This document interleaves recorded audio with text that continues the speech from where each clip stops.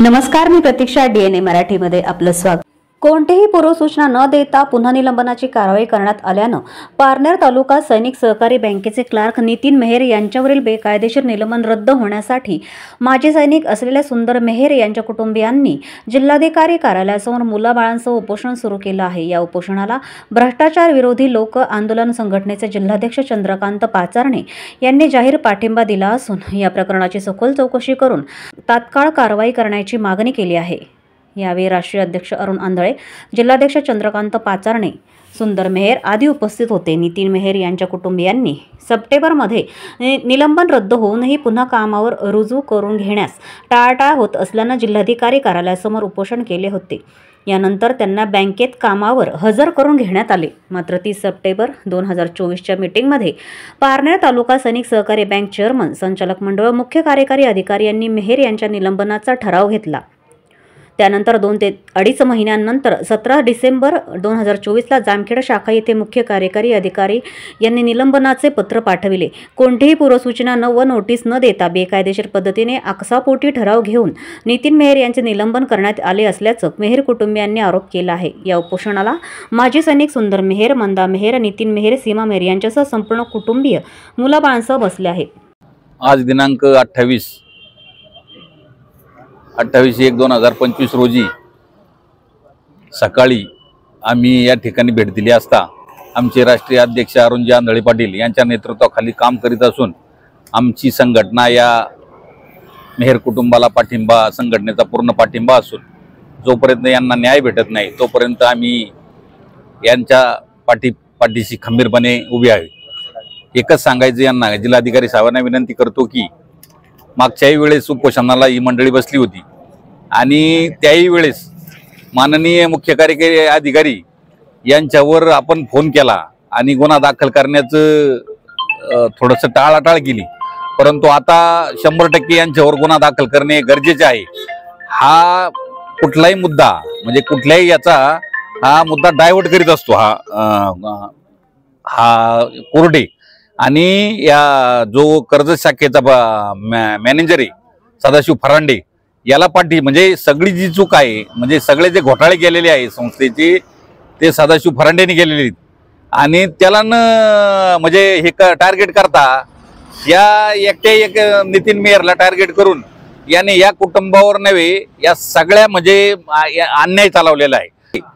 फरांडे याची पूर्ण चौकशी करण्यात यावी. त्याशिवाय हे आणि जे सहकार खात्यांनी, मला एक समजत नाही सहकार खातं त्यांना पाठीशी का घालतं का? सहकार खात्याला चुकीचे अहवाल देऊन तीनदा चुकीचे अहवाल देऊन हे त्यांना पाठीशी घालण्यात यांचा काय रस आहे? या कुटुंब 2 वेळेस उपोषणाला बसले तर यांना स्वतंत्र आमच्या संघटनेच्या वतीने विनंती आहे का जर येत्या 15 दिवसात या कुटुंबाला, म्हणजे या 2 दिवसातच उपोषण मिटलं पाहिजे, पण 15 दिवसात सखोल चौकशी या संस्थेची, कर्जत शाखेमध्ये सैनिक बँकेची जी शाखा आहे या संपूर्ण चौकशी केली पाहिजे. काय घोटाळे आहे? संजय गांधीचा घोटाळा आहे, या 2 कोटीच्या रकमेचा घोटाळा आहे आणि स्वतंत्र चौकशी करा या यंत्रणेमार्फत. तर या कुटुंबाला म्हणजे आम्हाला सर्वांना न्याय भेटेल. काही हे घोटाळे करते तर हे मुद्दा डायव्हर्ट करतो, हा पुढे ऍडमिट होय, कोणत्या हॉस्पिटलला जा, म्हणजे हे सगळं खोटं नाटक कार्यक्रम आहे याचा. आणि मुळात यांनी संचालक मंडळाला विनंती करतो का याला पहिले तुम्ही सस्पेंड करा, कारण एका कुटुंबाला 3 जण कामावर घेतली आणि 1 जणाला मात्र तुम्ही म्हणजे हे करता, म्हणजे न्याय देण्याची भूमिका सारखी पाहिजे. मग 4 जण त्या प्रकरणामध्ये आहेत तर मग 4 जण कामावर घ्या ना, तुम्ही याला कसं टाळू शकता नितीन मेहरला? म्हणजे हा प्रकार 100% मोठी रक्कम मागतात. कारण यापूर्वी कर्मचाऱ्यांची यांनी म्हणजे दिवाळीचा बोनस असू, दिवाळीचं हे असू, हे मागणी करतात आणि यांच्याकडून पैसे दिले नाही तर ह्या मुलांनी पैसे दिले नाही म्हणून याचा कार्यक्रम यांनी लावलेला आहे. त्यामुळं माझी सहकार आयुक्त आणि जिल्हाधिकाऱ्याला नम्र विनंती आहे का आपण चौकशी करून याच्यावर या मुख्य कार्यकारी अधिकाऱ्यावर प्रथम गुन्हा दाखल करावा आणि गुन्हा दाखल केल्याशिवाय हा मुजोर जो कोर्टे त्याच्याशिवाय हा शांत होणार नाही. ताजी माझी जिल्हाधिकाऱ्यांना नम्रतेची विनंती आहे का आपण आजची आज गुन्हा दाखल करून न्याय द्यावा. कारण या सुंदर जे मेहर आहेत हे आजारांनी ग्रस्त झालेले आहेत. उद्या 70 वर्षाचे 73 वर्ष वय, जर उद्या काही कमी जास्त झालं तो बाजूला राहील, पण जर काही प्रॉब्लेम झाला कौटुंबिक तो 100% ग्रस्त आहे. मी कालच त्यांना विनंती केली, म्हणलं साहेब तुम्ही थोडस हे, परंतु ते म्हणले नाही माझ्या मुलावर अन्याय होतो. आणि बरोबर आहे, एकच मुलगा आहे त्यांना. जर अशा पद्धतीने ही बँक जर करीत असेल, आणि ही काही सरकारी बँक आहे का प्रायव्हेट बँक आहे, आणि प्रायव्हेट बँकेवर जर अधिकाऱ्यांचा वचक नसला तर मला एक समजत नाही सहकार खातं काय करते. सहकार खातं काय यांना सांभाळायसाठी का बँकेला पतसंस्थेला? यांचे जे प्रकार आहेत, माझी नम्रतेची विनंती DDR ला बी पुरी साहेबांना का आपण 100% सखोल चौकशी करा. जर खोटा असन दोषी असन तर ठीक आहे ना, परंतु जो दोषी आहे त्याला सोडायचं, त्याला बाजूला सोडायचं आणि एकाला आरोपी करायचं. म्हणजे आता हा कुठला प्रकार झाला, म्हणजे वर्ग 3च्या कर्मचाऱ्याला. तर कृपा विनंती करतो त्या सखोल चौकशी करण्यात यावी आणि यांना त्वरित कामं घेण्याचे आदेश देण्यात यावी ही नम्रतेची विनंती करतो आणि थांबतो. जय हिंद, जय महाराष्ट्र. मी उपोषणकर्ता सुंदर शंकर मेहर, संस्थापकीय सैनिक बँकेचा संचालक. मी 10 वर्ष ह्या बँकेचं कामकाज अण्णाच्या अंडरमध्ये केलं. आम्ही पारदर्शक व्यवहार आणि 10 वर्षात ही मोठ्या उच्च पद्धतीला ही बँक नेऊन पोचवली. 4 शाखा, 15 गुंठे जागा, इमारत, गाडी घोडी हे सारं करून ठेवलं. नंतर हे आताचे संचालक मंडळाला ह्या 15 वर्षात आम्ही ही बँक हँडओव्हर केली. ह्या 15 वर्षांमध्ये यांनी कोणत्याही प्रकारची प्रगती केली नाही. इतर घोटाळे करून हे माझ्या मुलावर त्यांनी अन्याय केला म्हणून मी उपोषणाला बसलो आहे. त्या मुलाने उपोषण केलं म्हणून त्याला निलंबित केलं. तर हे निलंबन रद्द करून माझ्या मुलाला त्वरित कामावर घ्यावा. तर मी या माजी सैनिक या नात्याने संस्थापकीय संचालक बनू. मी ह्या उपोषण आखरी माझ्यापर्यंत मी उपोषण काही सोडणार नाही. जोपर्यंत मुलाला कामं घेत नाही तोपर्यंत मी माझं उपोषण सोडणार नाही. मी ठाम आहे. तर हे जे वरिष्ठ अधिकाऱ्यांनी माझ्या उपोषणाची दखल घ्यावं ही मी सर्वांना विनंती करतो.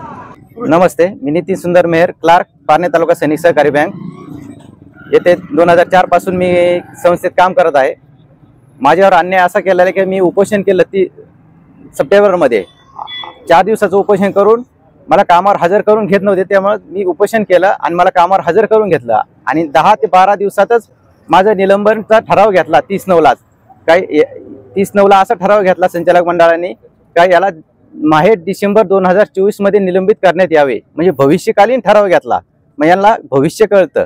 असा भविष्यकालीन ठराव सहकार खात्यात, सहकार बँकात आतापर्यंत कुठेच घेतलेला नाहीये. माझ्यावर फार मोठा अन्याय केला. माझं निलंबन काळाचा पगार न देऊन, मामला दिवाळी बोनस नाही देऊन उपासमार केलेली कुटुंबाची.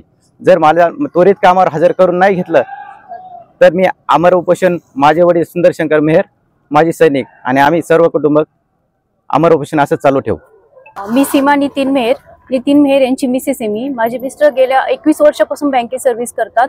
तर त्यांनी 2-2.5 महिन्यापूर्वी बाकीच्या सर्व कर्मचाऱ्यांना बँकेमध्ये सगळ्यांचं निलंबन रद्द करून कामावरती हजर करून घेतलं होतं. पण माझ्या मिस्टरांना बँकेत हजर करून घेतलं नव्हतं. तर त्या संदर्भात आम्ही उपोषण केलं होतं.